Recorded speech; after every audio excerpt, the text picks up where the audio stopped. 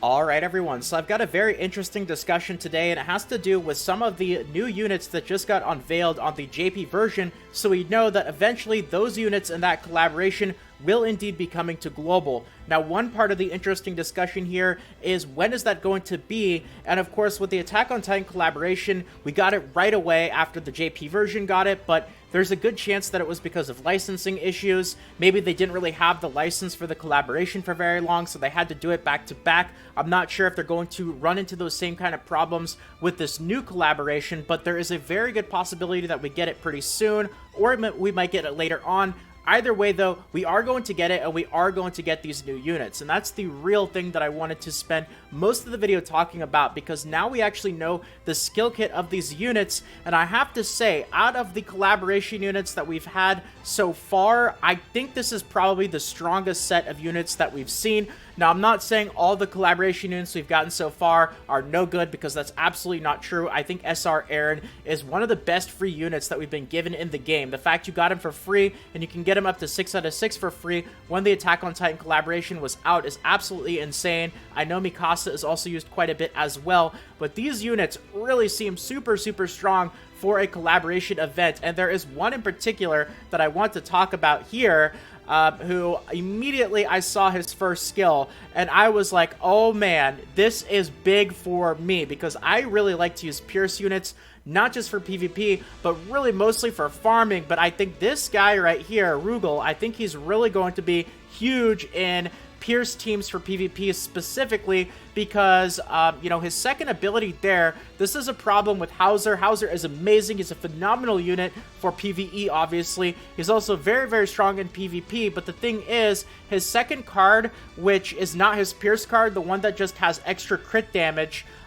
you know, it's definitely not the card that you really want to use that much in PvP. Generally avoid using it. You want to try to use other cards besides that one. So, you know, Rugel here, having the AoE Pierce, which is 100, 150%, 250% AoE, and now a second card that actually is probably going to see much more use in PvP compared to Howzer's non-Pierce card. I think that's a really big deal here. And also, another major factor is his passive. His passive is insane.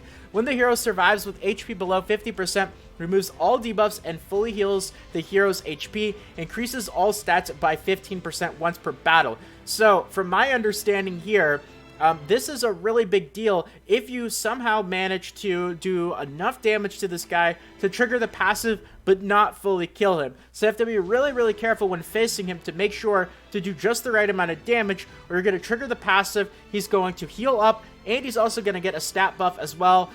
So, you know, that's a very strong passive specifically for PvP. And he's got a really good ultimate too. Inflicts charge damage equal to 700% attack on one enemy.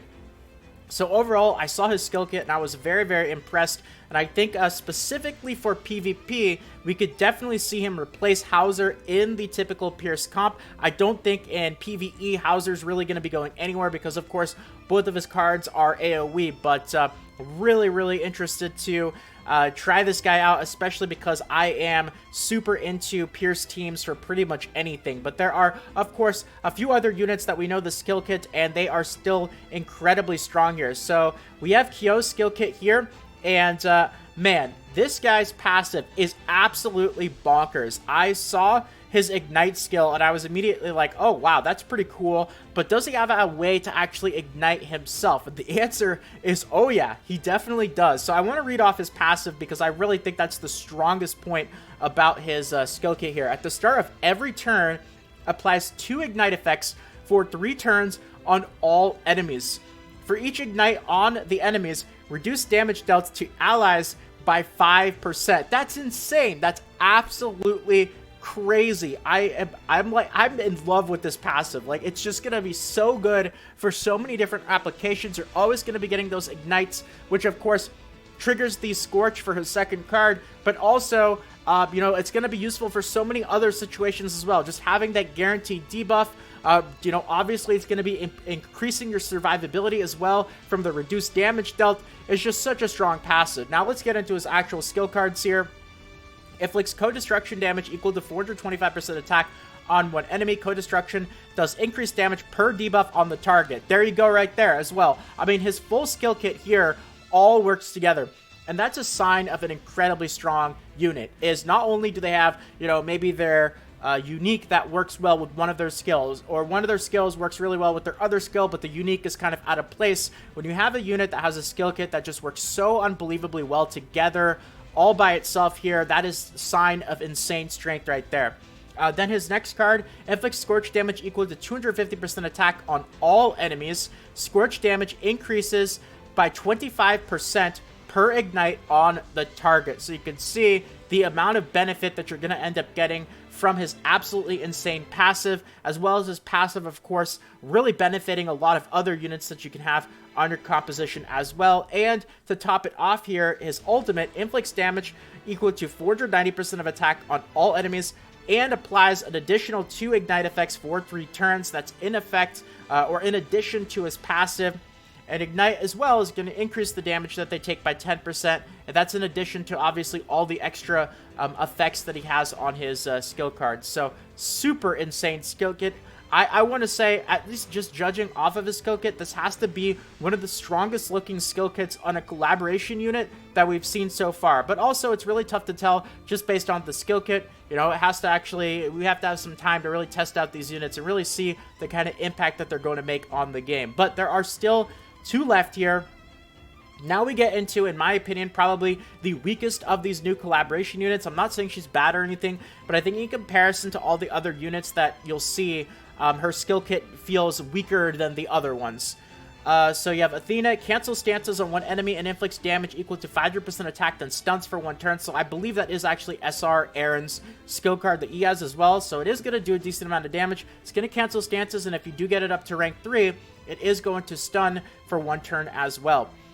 Inflicts detonate damage equal to 400% of attack on one enemy. Detonate does 20% additional damage per orb and the target's ultimate move gauge. Feels like detonate's one of those effects that, you know, doesn't really seem as to get as much use in comparison to a lot of the other skill effects that we see in the game. But hey, it's still a decent amount of damage, I guess.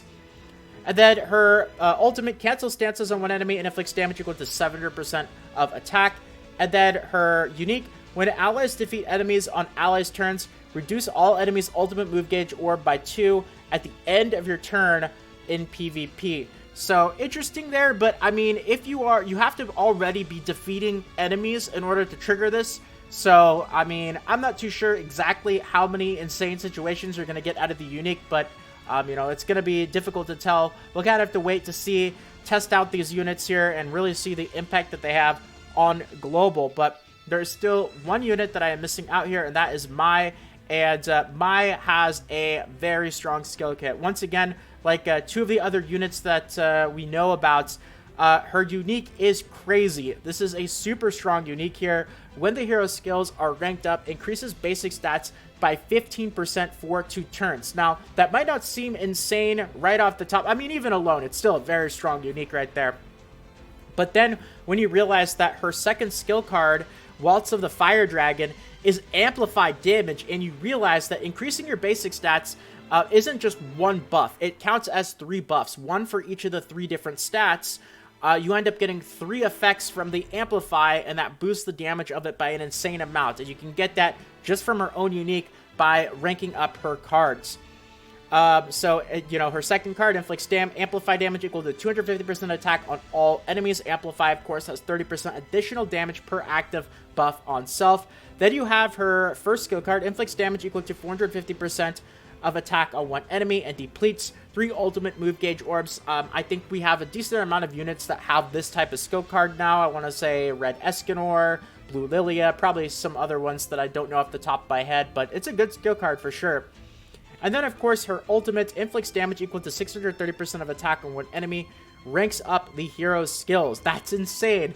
And, of course, if you do end up triggering her ultimate, not only do you have the insanity of ranking up your own cards and doing damage, but it's going to trigger her unique, which is also going to trigger her amplify. So you kind of have that theme of, you know, the more elements of a unit's skill kit work together well with itself, generally the stronger that the unit is going to be. If you have units where they're just, you know, their skill kits just don't really make a whole lot of sense and they're not really working together very well, that's a sign of generally a weaker unit. But very, very interesting there.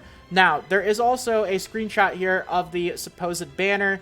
And if you guys want to take a look at it, obviously this is on the JP version, and when it does come to global, a bit of a disclaimer here, there might be some things that are a bit different, of course. We might not get the same type of system, the rates might be different, who knows exactly for sure. There's a good chance it is the same though, because it is a collaboration, and I don't really know how much of it they're going to change when it does come to global. But one interesting note is they are following that trend of the 300 gems for a guaranteed SSR, not a guaranteed collaboration unit though.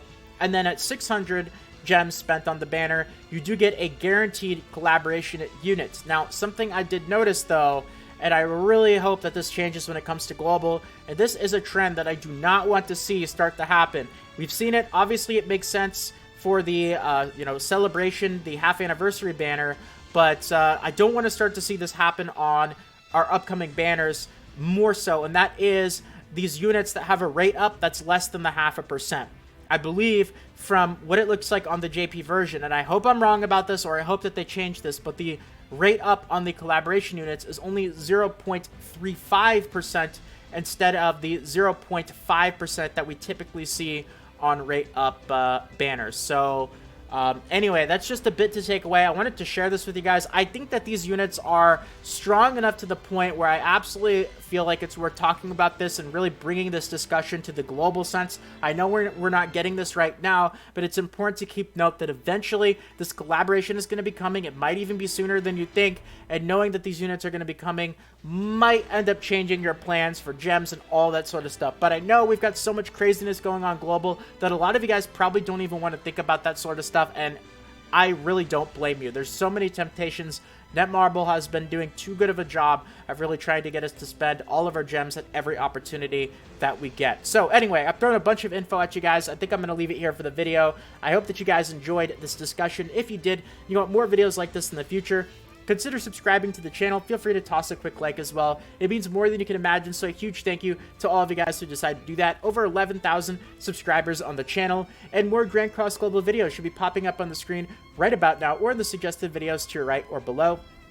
Over 150 guides, tutorials, and other fun discussion videos just like this on the channel, so feel free to check them out. But if not, until next time, have a great day everyone, take care, and this is Salt of the Salty Guild, signing out.